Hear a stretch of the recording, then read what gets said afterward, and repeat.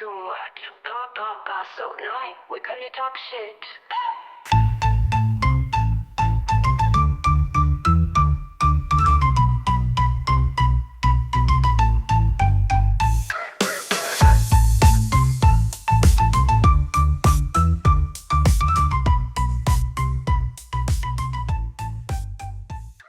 喂，翻到嚟咁多 Dash Podcast Channel，我係哈華，我係豆腐。係我哋今日咧想翻嚟講下同居前同同居後嘅分別。咁咧其實我咧就有同居嘅，咁以我所知咧，豆腐咧佢就同佢嘅男朋友咧係處於呢個異地戀嘅關係啦。咁我想問下豆腐先，你究竟之前有冇同過你嘅男朋友同居咧？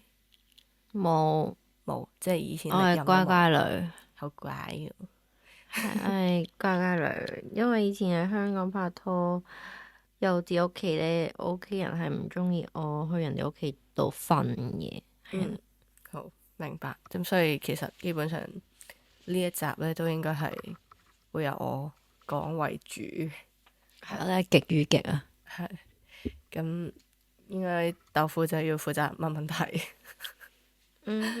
好，咁你有冇考慮同你而家呢個男朋友同居啊？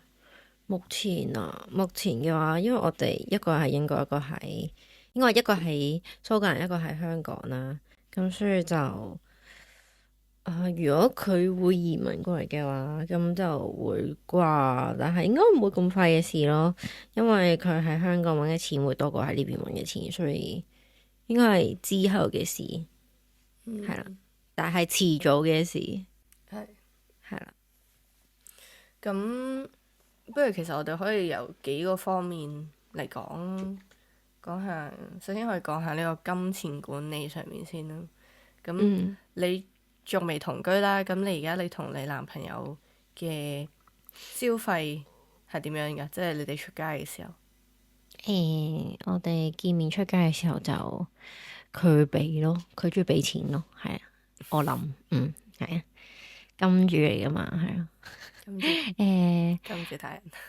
係啦，咁爹哋係，陣間人哋真係以為我係一個真係我係一個 sugar 揾咗一個 sugar daddy 咯，咁唔係，我哋平時出街使費係佢俾嘅，咁但可能好少嘅錢就會我俾咯，但係我就係會買禮物俾小驚喜嗰啲嚟嘅，係咯，提供情緒價值。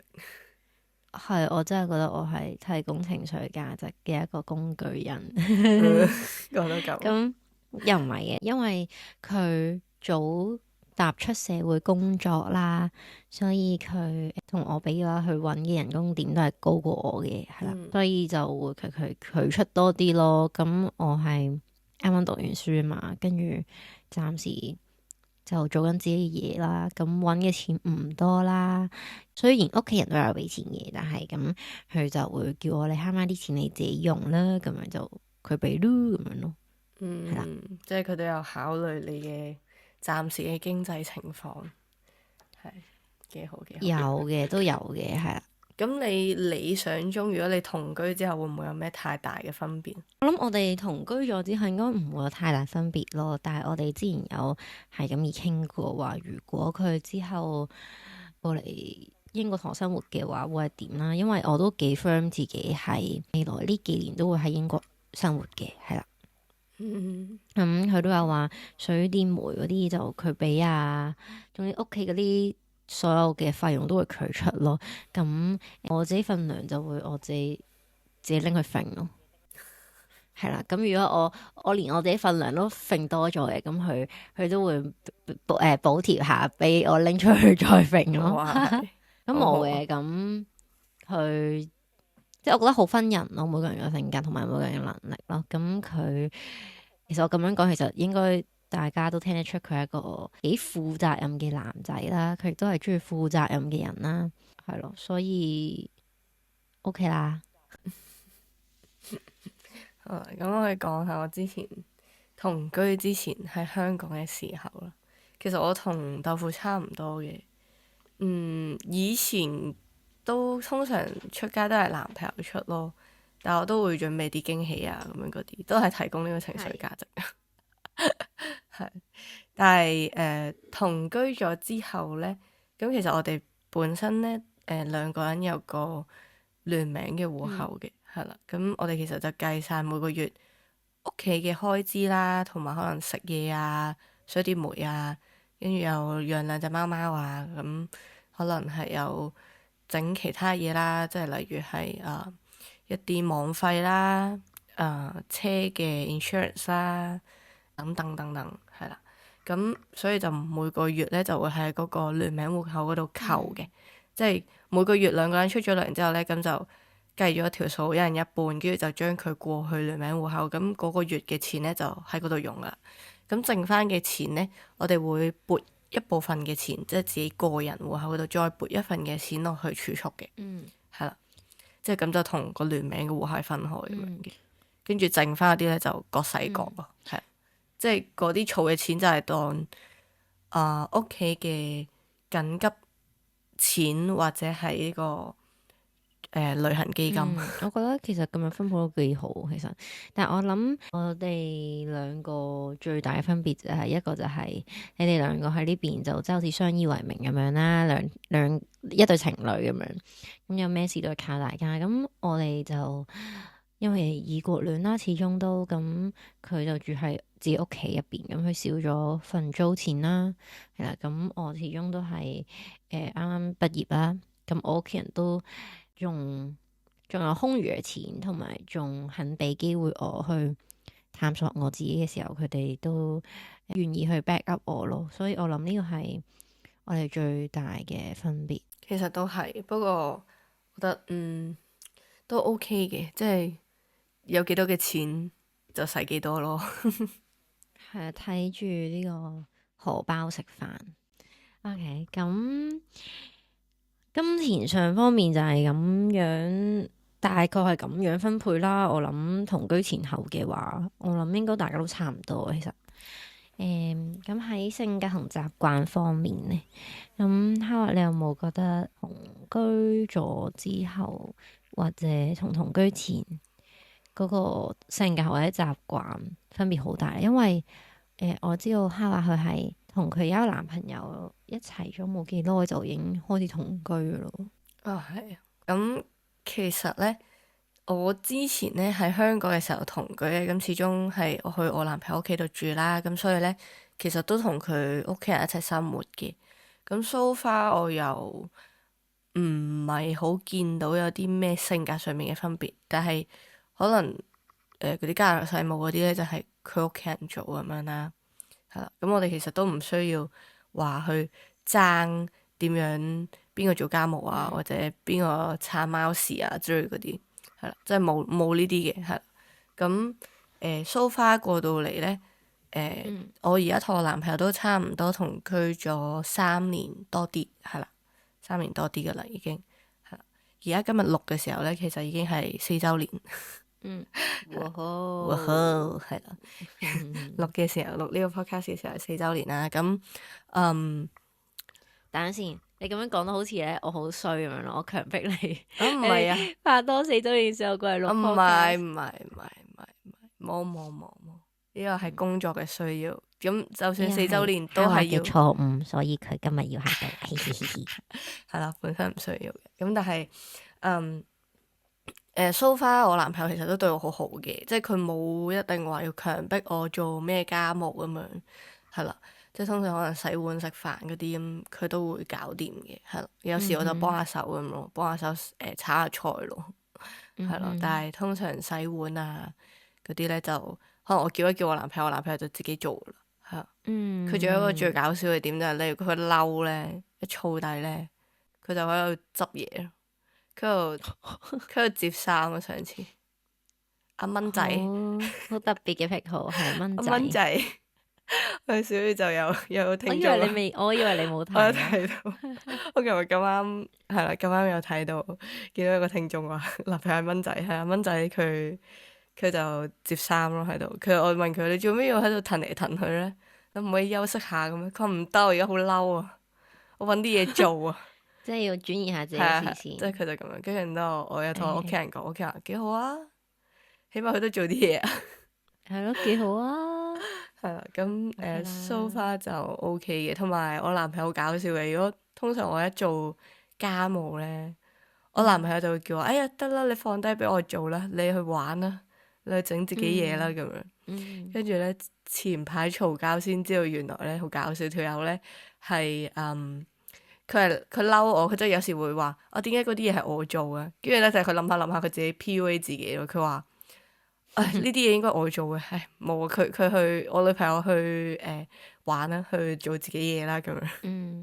佢自己 PUA 自己。我諗我咁樣聽你講，其實佢都係一個，佢都知自己係一個要照顧你嘅角色咯，係啊，即係你咁樣講，令我諗翻我男朋友啦，即係我哋之前去旅行嘅時候，你都知我啲生理時鐘係好亂嘅，係啦，咁一係就總之無論幾點瞓都好，都會瞓好晏啊，係啊，一睡魔嚟嘅，咁佢就係嗰啲會默默幫我執行李嘅人咯。你去化妝啦，你去瞓多陣啦，我去落去買早餐先啦。因為佢係已經一畢咗業就出嚟做嘢啦，咁所以其實佢嘅生理時鐘係好穩定嘅，即係可能7、8點就會起身。哇，大佬，我6、7點、7、8點有時都未瞓覺啊，大佬啊！跟住佢就要起身，跟住佢就落去食早餐，買早餐俾我食咁樣。跟住就翻到嚟，如果要執喼就會幫我執好啦。跟住之後或者可能要去一啲咩迪士尼啊嗰啲咧，係啦。之前我哋去日本啦，咁佢就會自己執定好晒嘢啊，睇清楚好晒嘢咁樣。跟住就會諗起你咁樣突然之間講話咩？你男朋友都會同你講話，哎呀，放低所有嘢你去玩啦。我就諗起我男朋友好似都有呢啲咁樣嘅行為出現咯，但係佢就唔會話你去玩啦，但係佢會自己默默耕耘咯。因為我其實我之前都唔知嘅，因為我成日都覺得咧，佢自己一路可以攬晒啲嘢上去做，但係我咪話其實我可以幫手做，佢話得啦得啦，唔使啦，你坐低啦。跟住然之後咧，佢會用啲好婆媽嘅嗰啲口吻，佢話得啦得啦咁樣，跟住就推開我，叫我你去玩啦咁樣，跟住我就好。我唔理解嘅，其實我本身好唔理解，我覺得其實我都可以做噶咁樣。唉，你身在福中不知福啊！你咁樣，我哋即係其實即係咁樣數法咁聽，其實點解我哋兩個嘅男朋友都唔會話要我哋係或者逼我哋做一啲我哋唔中意做嘅嘢啦，或者係要我哋做一啲辛苦嘅嘢啦，甚至好似要傳統女仔咁樣、女性咁樣。你可能第時一齊咗之後，要做家務啊，要煮飯啊，要生仔啊，要教仔啲一系列傳統嘢。我諗我哋兩個男朋友都唔會咯，就咁樣聽嘅話。係暫時咁樣聽就應該唔會嘅，但係生仔呢度都講過啦。之前其實我男朋友好想生仔嘅，但係我就話遲啲先。佢都知其實要遲啲先。咁其實講真，講起呢一個家務唔家務呢個問題咧，我覺得咧就好容易會衍生到婆媳關係，係啦呢一個話題。但係我覺得婆媳關係嘅話係要一齊住或者同一個國家先會咯。但係我覺得因為我哋兩個目前都肯定會定居喺英國啦、蘇格蘭啦，甚至係咁。其實我覺得我哋應該唔會有婆媳關係嘅，係啊，除非見面咯，同埋你話做家務會有婆媳關係糾紛出現啦，我就覺得未必咯，因為我都同我男朋友講過，我話如果你之後同居嘅話，我知你翻工都好辛苦嘅，係啦，煮飯我可以煮嘅，但係未必好食咯，但係你要食晒咯，煮飯好食。跟住之後，但係洗碗嗰啲咧，我覺得咩洗碗啊、吸塵啊嗰啲咧，即係我覺得全部都可以買一啲智能家居嘢或者吸塵機、洗碗機去翻嚟代替人手做嘅時候，我覺得應該會少咗好多爭執吧。但係其實咧，當你同你嘅另一半你一齊嘅時候咧，就會發現其實有好多隱形嘅家務咯，並唔係你講到話就咁買個洗碗機啊、吸塵機啊就可以完結嘅呢樣嘢。例如咧，隱形嘅家務，例如你話洗碗機啦，其實有好多市面上嘅洗碗機咧，你一定要捽過一次，跟住先可以放入去。如果唔係洗唔乾，沖咗佢先。係啦。係咯。跟住但係咁個問題係，咁邊個拎翻啲碗碟出嚟？咁咪用嘅時候先係個洗碗機拎翻出嚟。喂，太難，咁你啲櫃我哋做乜？營咗一個有 kitchen 嘅感覺。係另外就係有啲自動嘅吸塵機，我哋知道而家有出一啲係會自己集塵嘅吸塵機啦，但係有大部分嗰啲咧都係唔可以自己集塵嘅嗰啲吸塵機。我唔知，我之前有同我男朋友講呢個話題啊，佢就話而家嗰啲自己轉嗰啲吸塵機，自己行嗰啲吸塵機唔得㗎，後尾好多窿窿罅罅吸唔到㗎咁樣咯。佢話係啊係。咁，但係如果你叫我用即係拎住嗰啲Dyson嗰啲一條嗰啲吸塵機嘅話，咁我都 OK，我咁樣推下我都 OK。你唔叫我拎把掃把咁樣拖地掃地我就 OK，因為我自己喺屋企，我媽咪都會分配啲家務俾我啦。喺屋企嘅時候，雖然我唔做嘢啊，雖然我唔點喺香港，但係每次翻香港，我嘅家務唯一嘅家務就係吸塵，係啦，我嘅家務就係拎住嗰個Dyson重嗰個吸塵機度吸咯，係咁喺度推咯，係啦，即係佢話你當減肥做家務咁樣咯，咁我覺得都 OK 啦，起碼我唔使烏低身嗰啲先咯，咁都可以接受嘅，我係咯，呢啲就簡單嘅。其實有好多唔同嘅隱形家務咯，即係洗完衫邊個摺衫，跟住水垢摺咯，掛喺度咯，水垢嗰啲，咁你都要有人掛㗎。咁啊佢掛咯，即係嗱，我負責掉啲衫落去，佢掛，洗完佢掛，跟住掛喺度，要着嘅時候拎出嚟着。係啦，其實有種種形式嘅唔同嘅隱形家務咯。其實我只可以話，都係你一定你知有同居咗你就知道。都係嘅，你咁樣講，我而家都開始即係逐漸理解到，即係好似我而家自己一個人住啦，我都會覺得哇好多家務要做啊！即係啱啱咁樣講咁樣，要儲咗一堆衫，跟住又掉落洗衣機啊，可能佢半個鐘或者個零鐘洗完啦，跟住之後要拎出嚟，跟住之後晾完之後要折翻埋個櫃度。但係我而家係好難咯，唔接我就直接掛晒喺度咯。你仲要分類咧，邊啲洗邊啲唔洗。夏天啊，冬天衫啊，跟住又可能買咗多啲衫之後又冇位拎翻啲唔要嘅出嚟啊，嗰啲哇好攰。未同居先嗌攰。即係我自己一個人住，我都發現其實自己一個人都好多家務要做，我都覺得好攰咯。係。不過我諗其實喺同居之前，其實對同居後會有好多幻想嘅，係咯。我覺得好似冇咩幻想，因為即係我意思係普遍嘅，都係嘅，即係好係似我男朋友咁樣咯。佢會覺得佢話哎呀咩好想食你煮嘅嘢啊，跟住我話吓，我煮嘢食好難食噶。你確定？我話你確定？我話我跟烤下煮咕嚕肉，明明要買菠蘿買芒果，仲要係就嚟煮完嗰刻先知，oh shit 買咗芒果。我話你肯定，我煲湯嘅時候唔係落瘦肉噶，落呢個豬腩肉。豬腩肉。跟住佢話俾我聽，佢話佢將嗰啲肥切走咗，佢跟住掉嚿豬腩肉去煲，跟住我吓咁大鑊。唔係咯，我話我煮嘢食真係呢個技能真係完全係零技能啦，即係甚至乎咧，我而家煮麵都係啦，我室友見到我煮麵，佢都鬧我啦，話水都未滾你就掉個麵餅落去嘅，我話吓，咁佢之後都會滾噶啦，咁樣咯，話吓，你一直都係咁樣煮麵噶，我話係啊，咁樣咯，跟住之後，所以我就同我男朋友講，你唔好咁多幻想，我可以即係我係願意去學煮嘢食，我而家都有 keep 住去學嘅。但係好唔好食就另一樣嘢，賣相好唔好就係另一樣事。但係就算幾唔好食都好，你都要食晒佢同我講好食。如果唔係，我下次就唔會煮。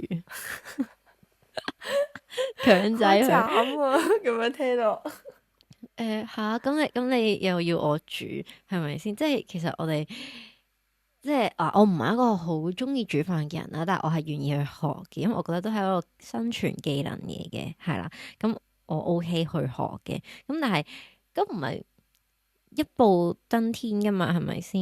咁唔係我第一次煮就煮得好食噶嘛，我點都會有啲可能唔好食，或者可能係啦有啲失誤啦，係啦。咁如果唔想因為呢件事鬧交嘅話，咁我哋就叫外賣咯，或者煮我最拿手嘅嘢啦，番茄煮蛋，或者係綠公仔麵，仲有就係雜菜，冇啦。其實基本上就係，我覺得願意學已經好好咯，即係冇一個人係一生出嚟就識做任何嘢嘅，咁點樣都係要去訓練噶啦。好似我咁，我之前講真，我同居之前我哋都成日食外賣，係過到嚟之後先煮飯咯，係啦。係咁，我想問同居咗之後因為我覺得啦，同居咗之後應該會係再了解對方多啲，可能一啲小習慣啊，又或者係性格上嘅問題啊，甚至乎就係會多咗嘈交，係啦，即係我諗應該會係同居之後嗰個性格或者習慣應該係，因為你247咁樣對住你，應該係會所有嘢都係表露無遺嘅咯。我諗我嘅情況可能會更加嚴重啦，但係 so far 我又唔覺得有，即係有太多嘅爭吵咯。係啊，因為點講，即係就算 even 我同我男朋友一齊翻工啦，咁但係都唔係真係成日對住嘅，係啊。每個 shift 入邊可能都係見到3-4次咯，係咯。咁但係你話有冇啲小習慣呢？其實都有嘅。我覺得係因為始終呢，咁佢以前又係同屋企人住啦，咁我又同屋企人住啦。咁有啲咩家頭細務都係屋企人搞掂啦。即係有時佢睇唔到嗰啲隱形嘅家務噶喎，即係例如係你去完廁所之後啦，嗰個卷紙佢換咗個卷紙，但係嗰個卷紙筒仲硬係會放喺度咯。你唔拎走佢咧，佢可以等到下一卷紙用完佢都仲喺度，跟住之後有2個卷紙，係啊。跟住或者地下佢見到明明有個垃圾，但係佢睇唔到咁樣咯。跟住我就同佢講：乜你睇唔到嘅咩？即係有時我特登我唔執啦。跟住我過幾日我問佢，我話你睇唔到嘅咩？跟住佢話：我真係睇唔到喎。真係咩？即係我想頂，你係咪盲咗啊？我諗係習慣咯，或者係手尾嘅問題。但係我都好嚴重，即係我以前同我屋企人住嘅時候，我屋企人成日都話我冇手尾。我都係。係。即係跟咗我後面執嘢，但係我而家自己出嚟住之後就，即係我覺得自己有手尾咗咯。至少係，雖然我仍然我間房都唔算好整潔、好整齊啦，但係該整潔嘅地方都係整潔嘅，係啦，即係可能廚房啊、廁所啊，因為我知道會同 share 啦呢啲 area，咁所以我係都好有手尾嘅，甚至乎係有時我室友可能佢。見唔到，或者係嗰種心態就係我等一陣先做啦。咁可能我有陣時經過見到我都會幫佢做咗佢咯，因為我都覺得咁始終係大家一齊用嘅，咁無分你我，咁就算啦，係咯。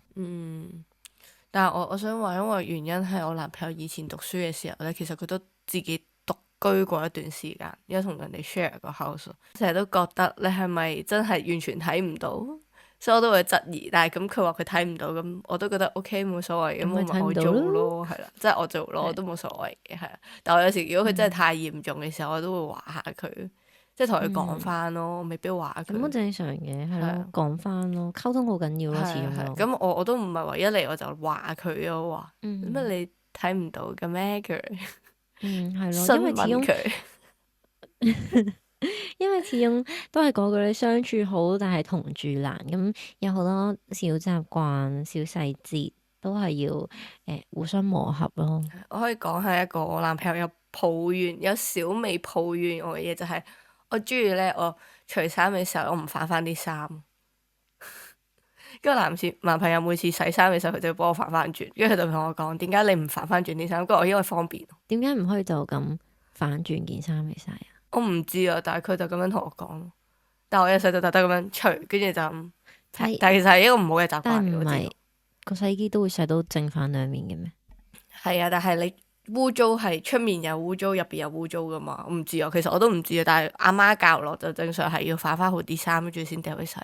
哦，係噶，係啊，跟住之後呢個係呢個係一個唔好嘅習慣嚟。我自己啊，我冇留意，等我下次洗衫留意下先。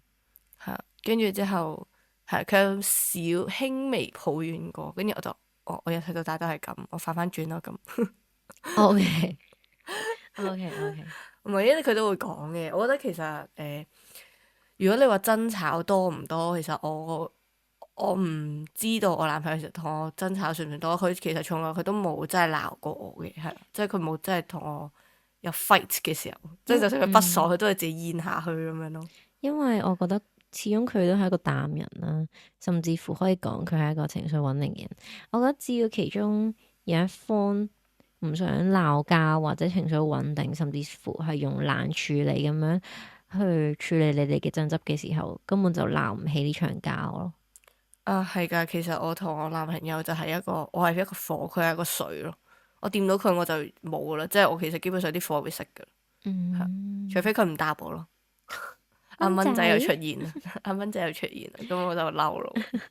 係，但係其實基本上我男朋友從來冇鬧過我嘅，係即係4年入邊佢從來一句都冇鬧過我，除非係真係鬧，即係我鬧得佢火熱，跟住佢真係有啲興嘅時候，佢就會，即係佢又未去到鬧，但係佢話咯，即係佢突然之間掉出一句，點解你會咁樣㗎？或者係即係嗰啲啦，係啦，咁但係佢從來冇去開始一個爭執嘅，係啦，冇激動語氣鬧你嘅，沒有。一啲都冇。咁佢會唔會有激動地解釋嘅？佢有，係啦，咁都有嘅，因為我都即係你知㗎啦，女仔有時候我唔聽啊，我唔聽咁樣，咁佢就好着急咯，咁樣所以就會好激動地去解釋，咁但係我都好激動咁樣去解釋點解我會嬲，或者點解我會覺得唔開心呢樣嘢。係，我覺得當然我覺得溝通最緊要咯。我覺得冇乜嘢係溝通解決唔到嘅都。都係嘅。其實任何事情，我覺得就算 even 係雙方啦，自己本身有啲習慣，其實都係可以改變嘅。即係你未必可能一次過改變到，但係你會因為知道哦，原來嗰個人同我生活唔同，咁我要取得平衡咯。我可以講就係、好似我男朋友咁啦，其實佢以前咧，佢會將啲衫周圍放咯，即係例如係佢放工翻咗嚟，跟住之後咧，佢就將啲衫就咁劈喺唔知邊度，跟住之後我同佢講話，你以前你自己一個人住嘅時候，你冇習慣放啲衫去個桶入邊嘅咩？即係咁你可以收集晒一齊去洗噶嘛，咁樣，跟住佢話冇喎，咁樣係啦，跟住之後我就整咗一個箱咁樣啦，就專門俾佢放嗰啲放工翻嚟污糟嘅衫咁樣，就放咗喺間房度。咁佢間房度除完之後就掉喺個桶度。咁佢都知大家作出讓步咯。係我諗，即係你咁聽嘅話，其實但係你兩個都係同居後都有大家各自喺生活上都有成長到咯。其實咁樣聽落去嘅話，係啊，係㗎。OK。因為始終唔係一個人啊嘛，係始終係兩個人，甚至乎大家唔係一啲有血緣關係嘅屋企人啦，即係唔可以好似我哋自己喺自己屋企咁樣，可以完全做自己啦，又唔可以咁樣講嘅，即係唔可以突然之間發脾氣話，哎呀我唔想掉啊嗰啲咯，係咯，因為始終大家都係一個愛情嘅關係。其實我覺得係，同埋我覺得始終你去咗一個。即係點講？即係同嗰個人嘅相處，就係你去到嗰個新環境，你嗰度立一啲新嘅規則，係啦。即係我覺得你只不過係令到你哋大家相處嘅空間更加好啫，係啦。甚至乎你令你哋嘅生活係更加開心咯，唔會因為啲咁少嘅事嘈交咯。所以其實我同我男朋友嘈交嘅次數其實真係唔係好多。我覺得都係你話佢啫，佢都唔出聲噶啦。話完佢就冇啦，跟住佢就完噶啦，佢就哦好咁樣，跟住就完咗啦，成件事。即係你話一個聾人同一個淡人點搞？我覺得我哋可以開翻一集聾人同淡人咯，因為我覺得我同我男朋友呢段關係係兩個都係好淡嘅人咯。係啊，即係個聾人。即係，因為你突然間咁講咧，我真係突然間咁樣諗起，佢頭先講呢個鬧交嘅問題啦，佢都唔會鬧我咯，但係佢都係會有種好焦急、好着急去解釋、好激動去解釋嘅環節出現，但係我就係，唉得啦，你唔好咁多解釋啦，解釋就係掩飾。咁所以同埋我自己偏好都係冷處理啦，係啦，咁所以。我覺得呢個其實我哋都可以開翻一集嚟講咯。我哋係一個極端咯，我想話。我同哈華真係個超級極端咯。但係唔知點解可以又傾到埋一齊嘅，可能就係正係因為呢個極端得太厲害，跟住就覺得兩個都好新奇喂。呢個有咁奇怪，呢個嘢又咁奇怪嘅。可能係。咁頭先哈華你都有講啦，你話同居咗之後會因為啲可能家務嘅問題，會好多有婆媳嘅糾紛。因為我暫時就未有婆媳糾紛，因為我連見家長嘅地步都未去到，因為我好驚咯，即係我男朋友就好想我去見佢媽咪啊，但係我就祈求呢一日冇咁快嚟到，因為我好驚咯。係即係你知啦，個人又比較 straightforward 啦，係啦。咁上兩集都應該有聽到，我個人係除咗比較直接之外，就係可能有陣時同意見唔同角度嘅時候，可能我就會表情控制唔住，翻版。係啦，我就唔驚我自己會喺長輩面前態度差或者係講粗口嘅，因為始終我都經常同我屋企嘅長輩相處啦，甚至乎都一大班人咁樣相處嘅，係啦。咁呢方面我就唔太驚嘅，但係你話即係你明咧，你去見對方嘅家長，雖然你嘅伴侶係做輔助嘅角色啫，但係都我會覺得係 kind of 係 one on one 咯。係啊，所以其實我係有啲驚，有啲怯嘅，係啊，即係我都唔知點解我會怯咯，同驚咯，係啊。其實又冇咩好驚嘅，但係總之就係個心就係，哎呀，我唔想呢一刻咁快嚟到，我唔知點解，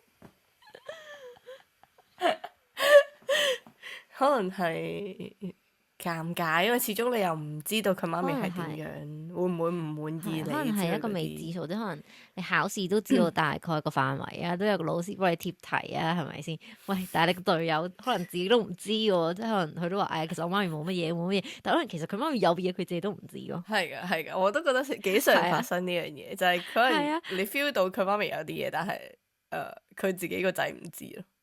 係啊，你係咯，個隊友係可能係豬隊友，小豬咯，小豬。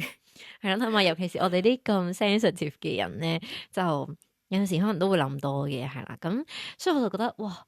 而家好似去考緊一場未知道範圍嘅考試咯。考試係啦，但係仲要係個考試係at least 一定要合格咯，一定要 pass 咯，起碼。係啊，係啊，所以我係少驚嘅，係啊。我可以，即係仲驚過自己返學整自己 academic 嘅嘢都唔係講笑。壓力 stress up 真係咯，即係可能我唔知啊，可能我個人又好 I 啦，即係冇點樣出嚟社會工作過啦，係啦，即係冇長時間咁樣喺社會工作過，所以我認我自己打人際關係呢場仗咧係唔算打得叻，所以就有少少擔心。我覺得你同長輩有傾偈，其實你 so far 都知道啲長輩係想要啲咩咯。但我 so far 我身邊長輩都好 chill，好 chill 咯，好 kind 咯，OK，即係好似我嫲咁樣，話勁 chill 咯，都 chill 嘅，都 chill 嘅，係咯。但係我嗰陣時初初見我男朋友媽咪咧，我都驚嘅。我記得我係我企喺我男朋友後面，跟住 hi 咁。我諗我都會做咯，或者係會出汗咯，手心出汗。你知我係個唔出汗嘅人嚟噶嘛？真係好緊張，跟住坐喺對面嘅時候，跟住隻手喺度磨住個大髀啊！得未？完未？不過見面嘅場面一定唔可以夜晚咯，因為夜晚食 dinner 就成件事好 take it serious 啦。咁最好就 lunch 啦，lunch 跟住最好就係多人嘅時間，跟住啲可能喺茶樓啦，跟住啲姐姐話夠鐘還台啦，夠鐘還台啦。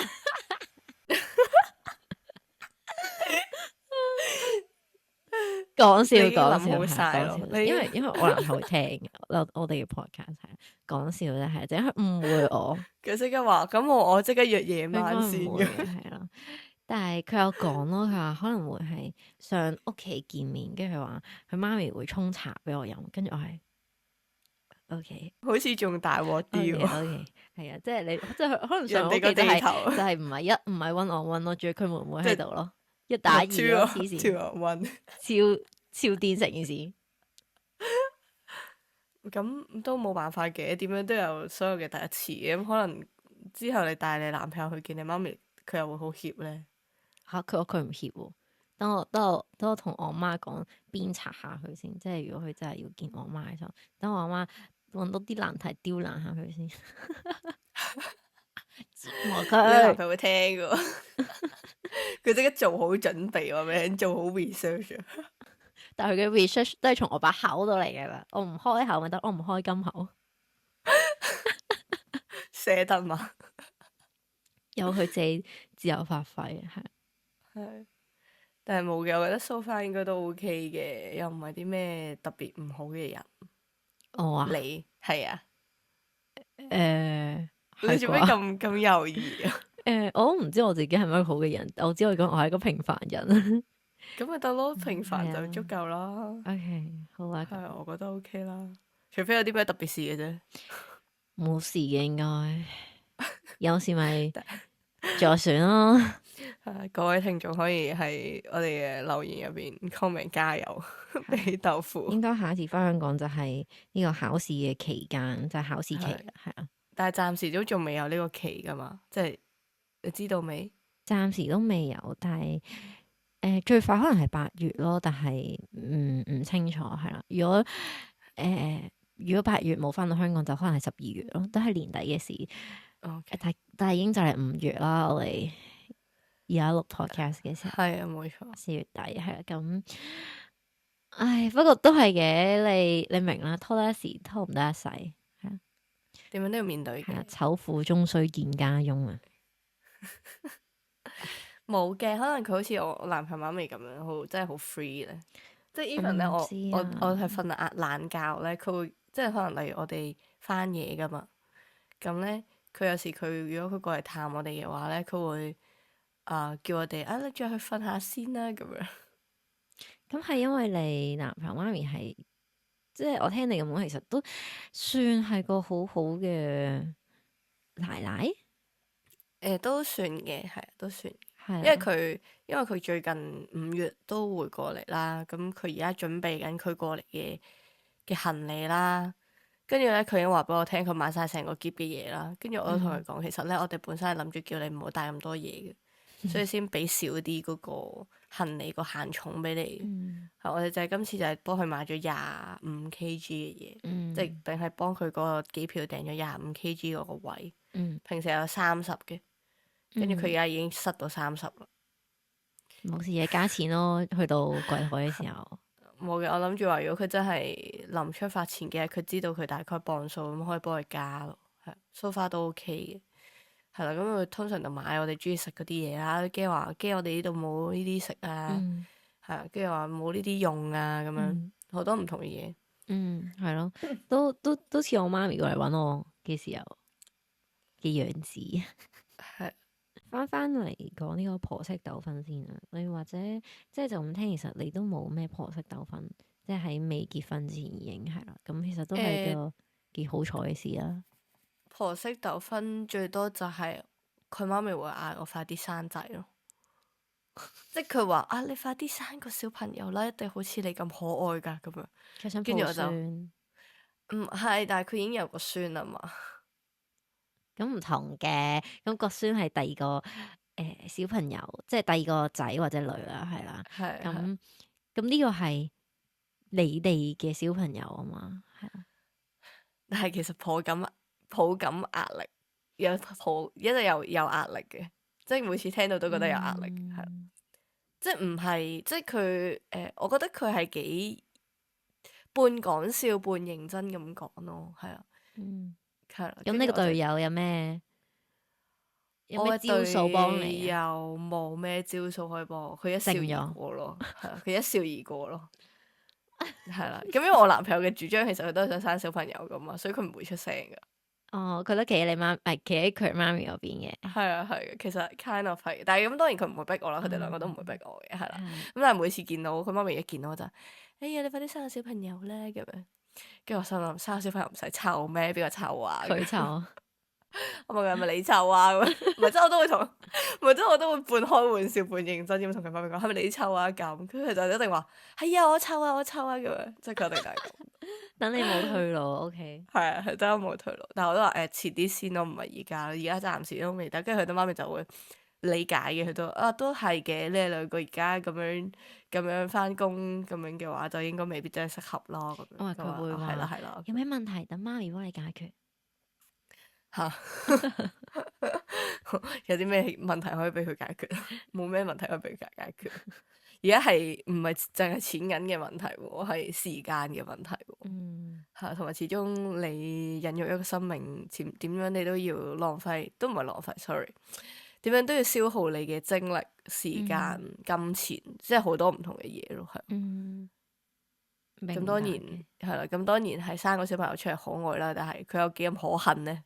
唉，係咯，係咯，應該就睇你屋企點樣教育，點樣做法嘅啫，係啦。呢啲後話咯，我覺得前提係最主要係你想生先咯，或者你 ready 生先咯。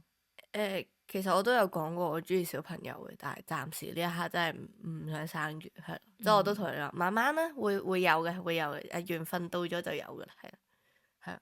咁但係so far每一次都講，咁每一次都有啲壓力嘅。我相信5月嘅時候佢媽咪嚟到都會再講噶啦，係啊，係啊。我諗我哋嘅聽眾遇到或者係經歷緊呢啲情況，佢哋應該好身同感受咯。係啊，係啊，因為我自己就冇啦，所以我就係啦。因為我嗰陣時候同我男朋友講話，我算係一個不婚不育嘅人啦，係啊，即係冇咩事唔使結婚，冇咩事唔使生 BB，係啊，兩個開開心心咁 OK 嘅，係啦。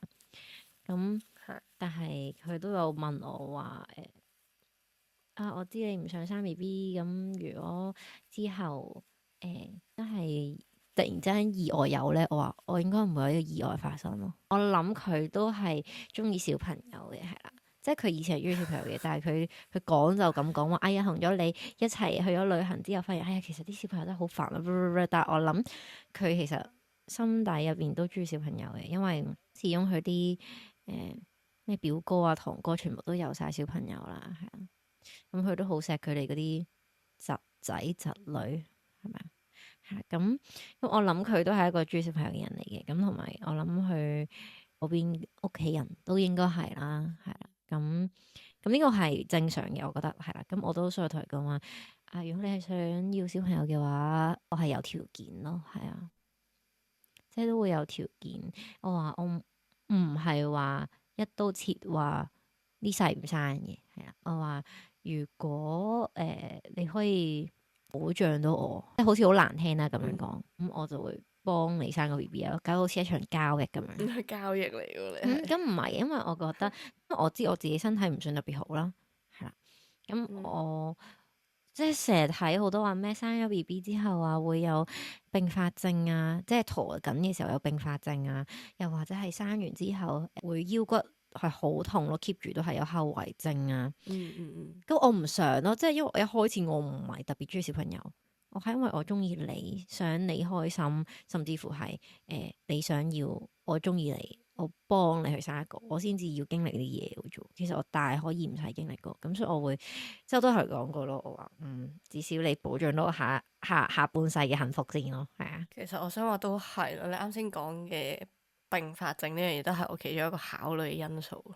係啊，因為講真，我都好清楚我自己嘅身體嘅，即係好似頭先都有講啦，我身體始終係好亂嘅，甚至乎我自己一個人住嘅時候都唔點煮飯嘅，係啦。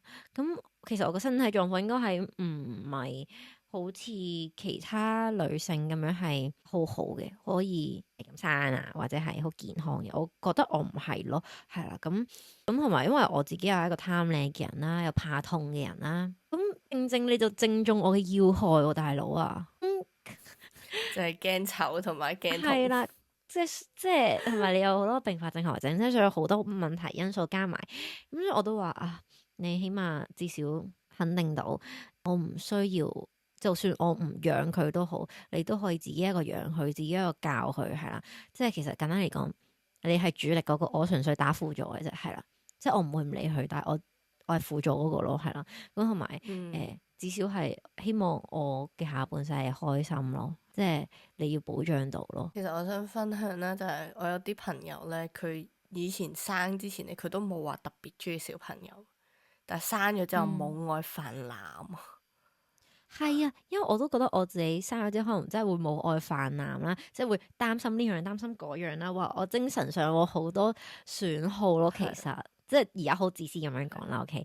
同埋啲人成日都話養兒100歲，長憂99。我肯定我係啲人咯，甚至乎我覺得我有咗小朋友都好，我係一個苦媽咯，係。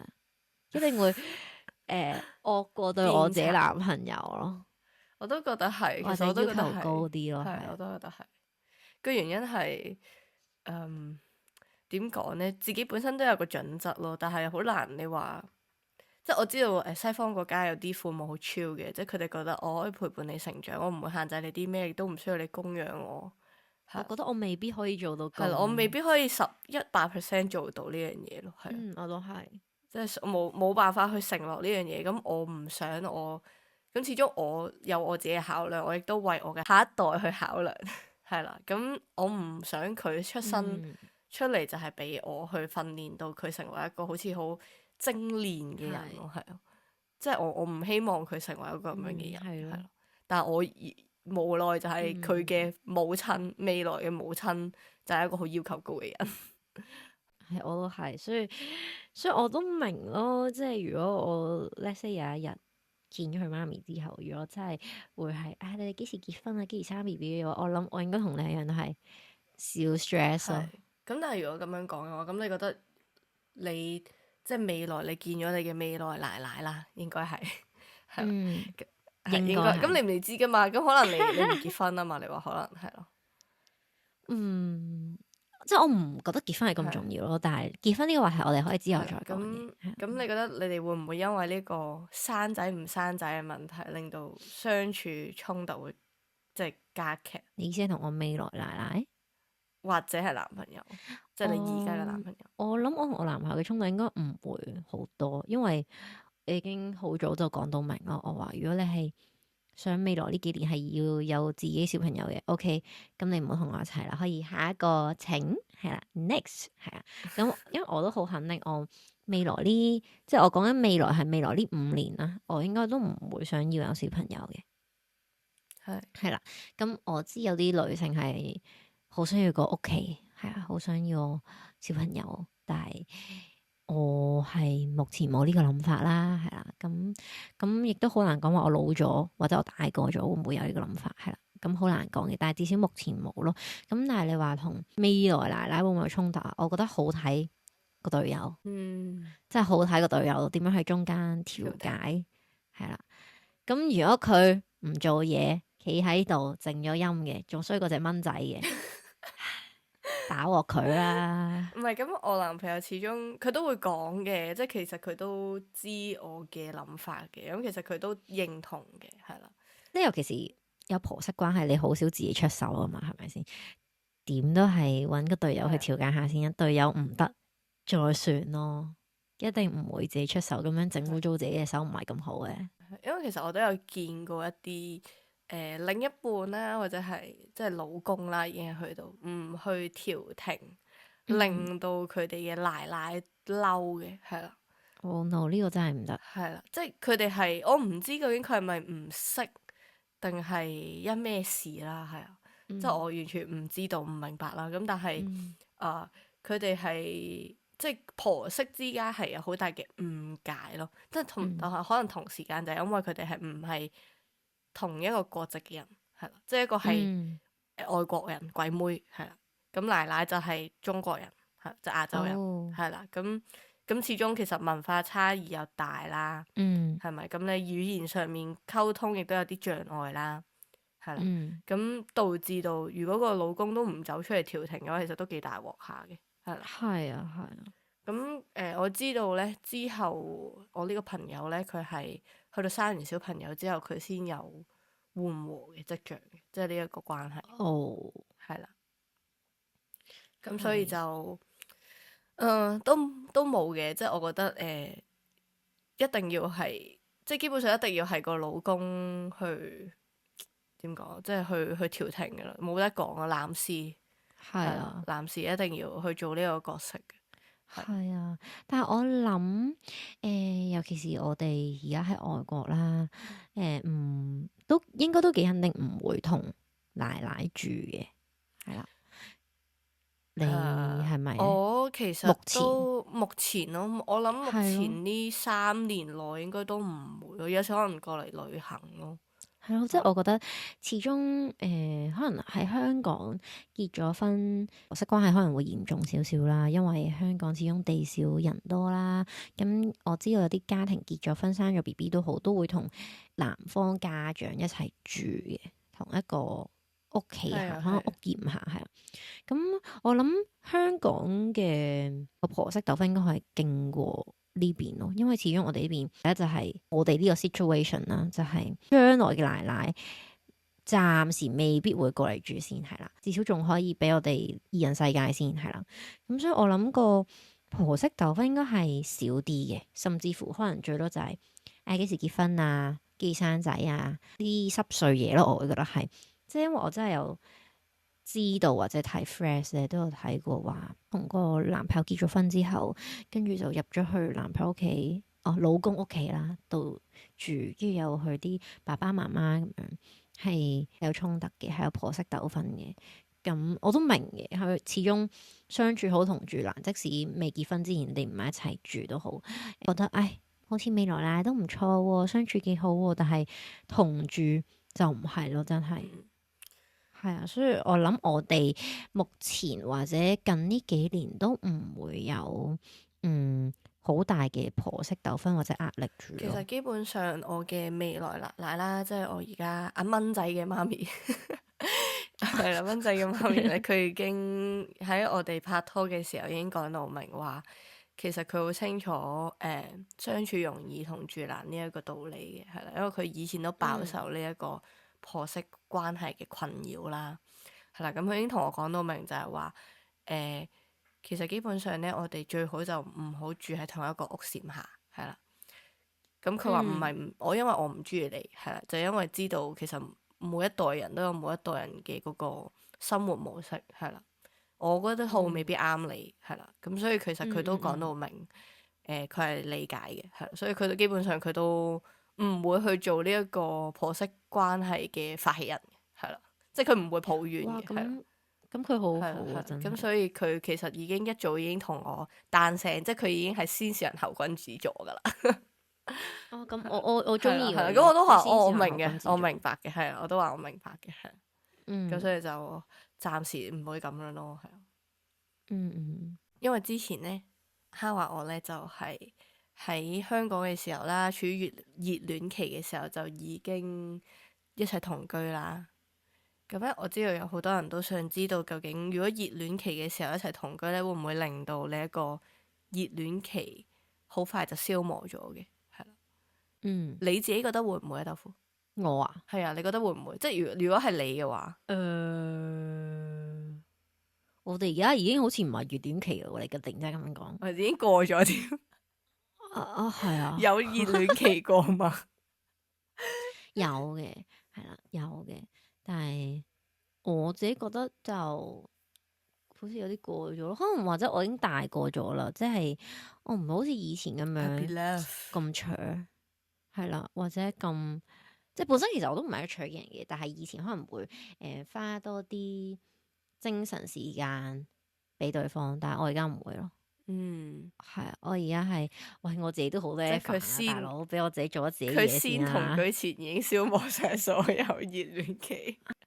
可以講翻少少嘅，唔知我媽咪會唔會聽呢集咧？嘿嘿，係啦。咁我而家呢個男朋友係我哋復合嘅，係啦。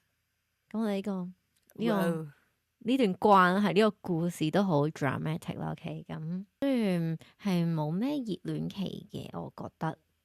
除咗一個原因係我哋復合啦，第二個原因就係我已經大個咗啦，即係我唔會好似以前咁樣個禮拜六日我都要嚟揾你咁樣，我唔會嘅，係啦。咁而家係異國戀都好啦，我都唔會話每日都會打電話嘅。不過如果佢要打嘅，我得閒嘅，我會聽嘅，係啦。咁同埋大家知道大家 schedule 啦，咁所以其實有即係我有同我朋友分享啦。我朋友都話你哋而家好似咧嗰啲老夫老妻平平淡淡嘅生活咯。我話吓，咁係咪唔好啊？佢話咁唔係嘅，呢啲先係生活嚟噶嘛，咁樣咯。我就 OK 係啦。咁我又覺得，因為始終我哋兩個都係淡人啦，佢比我更加淡啦，我覺得係噶。咁我自己就佢唔激嬲我，其實我個人就冇乜嘢，即係都好 easy going 嘅，係啦。跟住你話同居會唔會消磨咗熱戀期，我覺得唔會咯。但係我諗我同我男朋友同居咗嘅話，我諗我會更加依賴佢咯，喺生活上就好似之前有聽眾講過話，豆腐係衰過管家，係啊，同一個道理啊。管家。咁我覺得我 so far 熱戀期嘅時候同居咧，其實都冇真係加速消退呢一個熱戀期，即係好老實咁講，即係喺香港嘅時候啊，因為喺香港嘅時候其實就基本上都係住咗差唔多一齊住咗，我諗有5個月至半年度嘅時間啦，係啦。咁但係 so far 你問我有冇熱戀期減退咧？冇。係熱戀期我諗去到嗱，我唔可以講到去到而家呢一刻啦嚇，因為已經係其實都已經佢係即係佢已經係我嘅其中一部分咯，我就可以話係冇辦法去即係分離到咯，係啦。咁但係你話熱戀期咧，我諗過到嚟英國應該都仲持續咗一段好長嘅時間先完咗呢一個熱戀期，係啦。咁其實我可能我自己本身都係想要一個家庭啦，咁但係我嘅家庭未必一定係涉及於仔女嘅，即係我可能係二人世界，我應該都 OK 噶啦，係。咁所以其實基本上係冇嘅，即係其實我基本上我覺得我男朋友喺呢邊處理得算好嘅，係啦，即係佢冇話太多嘅衝突啦。始終我哋啱先如果大家有聽嘅話，係啦，咁其實冇太多嘅衝突啦。佢亦都會 take care 我啦，係。咁所以基本上我只可以話就係所有嘅嘢會歸於平淡，但係呢一種平淡就係我嚮往嘅嘢咯，係啦。咁所以就我覺得 OK 嘅，暫時嚟講，熱戀期即係熱戀期嘅時候同居，我覺得係嗱，即係呢度都因人而異啦。可能有啲人就覺得唔係嘅，因為始終要憂柴憂米啊，或者有好多唔同嘅嘢啊。咁但係對於我嚟講咧，我自己就覺得冇咯，係啦，冇啲咁嘅事，係啦。可能有其他聽眾會咁樣覺得就唔係喎，佢覺得同居咗之後佢嚴重咗喎嗰啲咁樣係啦。咁但係我就冇咯，係。我都覺得係因人而異，即係可能或者係每個人有幾咁嚮往熱戀期咯。即係有啲人係中意熱戀期嘅，有啲人就中意平淡啲嘅，係啦，過生活嘅日子嘅。咁好因人而異係真嘅。咁但係我會覺得所有嘢一開始新鮮或者啱啱嘗試，一定係有用新鮮感熱戀期係啦。咁但係一齊得耐嘅時候，始終都會回歸翻呢個平淡期，老夫老妻過日子嘅係啦。你記錄生活嘅時候，你望翻你自己影過嘅相啦或者片啦，其實你再回味翻返嚟，其實覺得嗰樣嘢好 warm 嘅，係啦。係我周不時都有，周不時可能突然間碌下呢個相簿，見到唔知幾時幾月幾日，我哋兩條友喺度玩貓，跟住就會哇，原來我哋已經過咗咁耐啦，咁樣即係我哋都會，即係可能我可能到咗50歲、60歲、80歲，我再睇翻嗰啲片，我都會覺得哇，原來我哋咁青春，原來我哋咁 sweet 嘅。其實我只可以話熱戀期唔係唔好咯，即係好似愛得轟轟烈烈咁樣，但係我太轟烈啦，轟到阿姐個心臟承受唔到嘅。咁我寧願係一啲平淡嘅嘢咯，係啊，即係可能會係有個暖流喺呢個心度湧出嚟咁樣，好似講得好誇張，但係真係有嘅，真係有，真係都會開心嘅，係啦。係咯，我自己都係，一聽就知我係一個嚮往呢個平淡期啦，唔使咁轟轟烈烈嘅大佬。你唔係嚮往自由咩？唔係，即係如果係戀愛狀態嘅話，我會 prefer 平淡嘅，係。咁你平淡，你先至可以做自己咯。好視乎兩個人追求咩嘅生活狀態咯。即係如果其中一方係中意轟轟烈烈嘅，咁即使其中一方係好平淡嘅，都唔得，都行唔到落去咯。其實都係，其實好視乎兩個人點樣睇呢段關係嘅走向咯。咁其實算唔算係價值觀嘅問題咧？你都未去到價值觀吧？我諗，即係大家唔同嘅睇法。大家想要嘅嘢唔一樣咯。即係咁，始終你嘅人生唔係淨係得愛情噶嘛，係啦。咁有而家唔同嘅嘢咁樣，咁但係咧就大家坐落嚟慢慢傾嘅，係啦，溝通就解決到，都係嗰句係咁。就咁啱，我同我自己嘅男朋友都呢幾年都係想專注喺自己嘅生活上啦，咁所以就我哋係唔需要個轟轟烈烈嘅愛情嘅，係啦。我覺得其實 even 如果兩個意見唔同嘅人，其實應該要有一個共識咯，係啊，即係一人退一步，係啦。如果可能真係去到兩個人都覺得其實根本上呢樣嘢係唔得嘅，即係大家各持己見嘅，咁我覺得其實呢段關係好難去維持，即係唔係話你坐喺度傾你就一定可以傾得掂嘅，係咯，即係我覺得各人讓一步咯，係啊，如果無法讓步嘅就算吧，即係只可以係你 even 我覺得就算 even 你其他唔同嘅嘢可能都可以配合到，但係即係有好多嘢如果你係啲咁樣咁重要嘅，我自己都覺得比較重要，即係可能你一個人向往熱戀，一個人就其實向往平淡，係咯。即係對於你哋未來生活，可能你要逼嗰個中意平淡嘅人去日日都熱戀，或者你要逼嗰個中意熱戀嗰個人日日都平淡，其實好難咯。即係其實基本上係兩個極端嚟嘅，係咯。咁其實我覺得呢段關係都好難行入去，即係繼續行落去。我覺除咗頭先我哋講嘅問題之外咧，我想知一齊咗之後咧，或者一齊之前嗰個想像同一齊咗之後嗰個現實落差會唔會好大咧？即係嗱，就咁聽你應該就唔算好大啦，但係你知唔知身邊嘅人會唔會個落差好大咧？因為我自己聽過身邊嘅朋友咧，佢哋又未去到完全同居，可能半同居咁樣啦。佢哋就話需要對方嘅需求係多咗嘅，即係有啲似個黏力係強咗兩方關係嘅黏力，係啦。我諗我會更加黏咯，始終我哋兩個翻工係一個地方，即係同時間放假同一個時間放，係啦，即係基本上係咩都一齊咯，叫做依賴對方其實都有嘅，係啦，但係可能係我依賴佢多過佢依賴我咯，係啊。因為我有聽過啲人話係一齊同居咗，半同居嘅時候已經係冇咁珍惜對方，即係有啲似會呼呼喝喝其中一方，我哋幫咗呢個，幫咗嗰個。但係我諗就咁聽你講，你係冇呢個情況出現咯。我諗冇咁嚴重吧，我唔會呼呼喝喝我男朋友咯，我最多會叫佢唔該咁幫我做呢個得唔得啊咁樣，即係我會咁咯。我唔係因為我知道可能好多情侶佢哋冇呢一個習慣，就係可能會講唔該，或者可唔可以，即係一嚟就會係幫我做呢個咁樣，即係好理所當然。但係我同我男朋友一齊嘅時候啦，即係可能就算未同居或者之後喺香港同居咗啦，甚至去到而家呢一刻，其實我哋都會永遠都係你可唔可以幫我做呢樣嘢？唔該咁樣，即係會有唔該前唔該後。我都係，我都會話你得唔得閒啊？你可唔可以幫我點點點點咁樣咯？係啊，即係我唔會呼呼喝喝，我最多可能係真係嗌極佢都唔喐，我先話佢咯。係。咁我想知，因為咧，始終我哋頭先都講咗喺呢邊生活地帶啦，所以你就算點樣一齊住都好，你一定係有。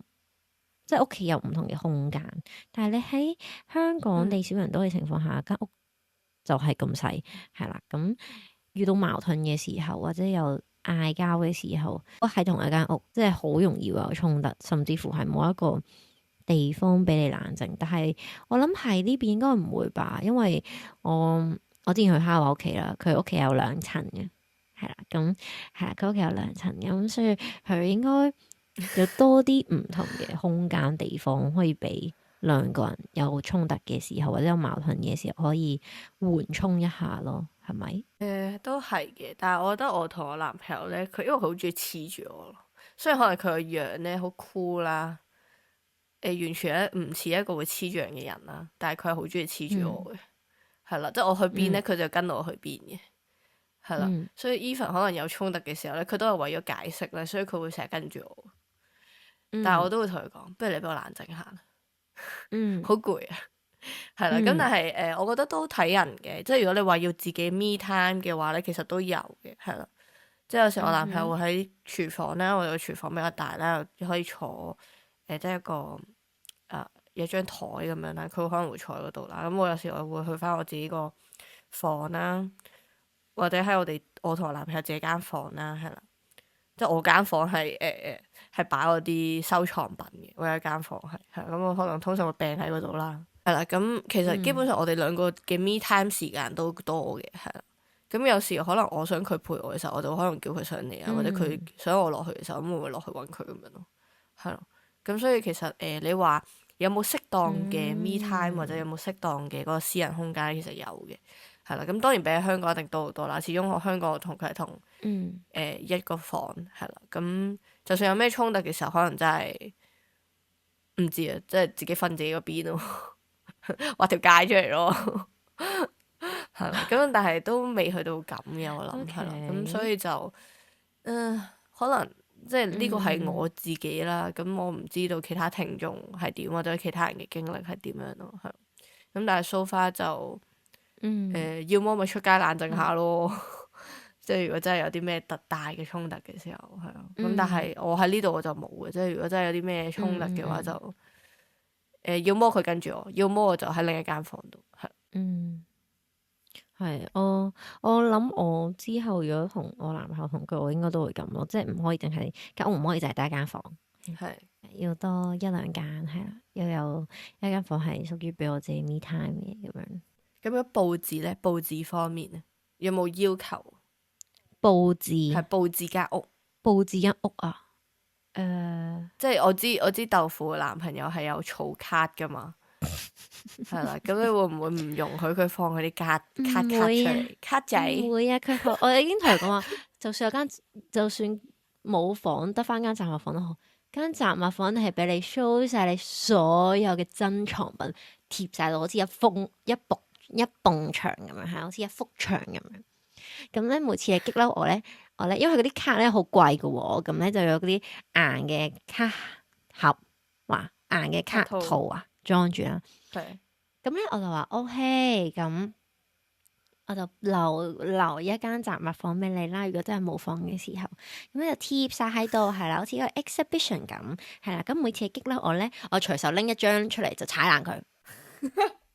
其實基本上係嗱，而家聽到啦，豆腐嘅男朋友，你基本上唔好將佢最珍藏嘅地方出嚟，有冇度賴嘢？我同佢講咗啦，佢已經同我講我呢張好貴啊，點，我話好啊，我認住佢啊，咁樣咯。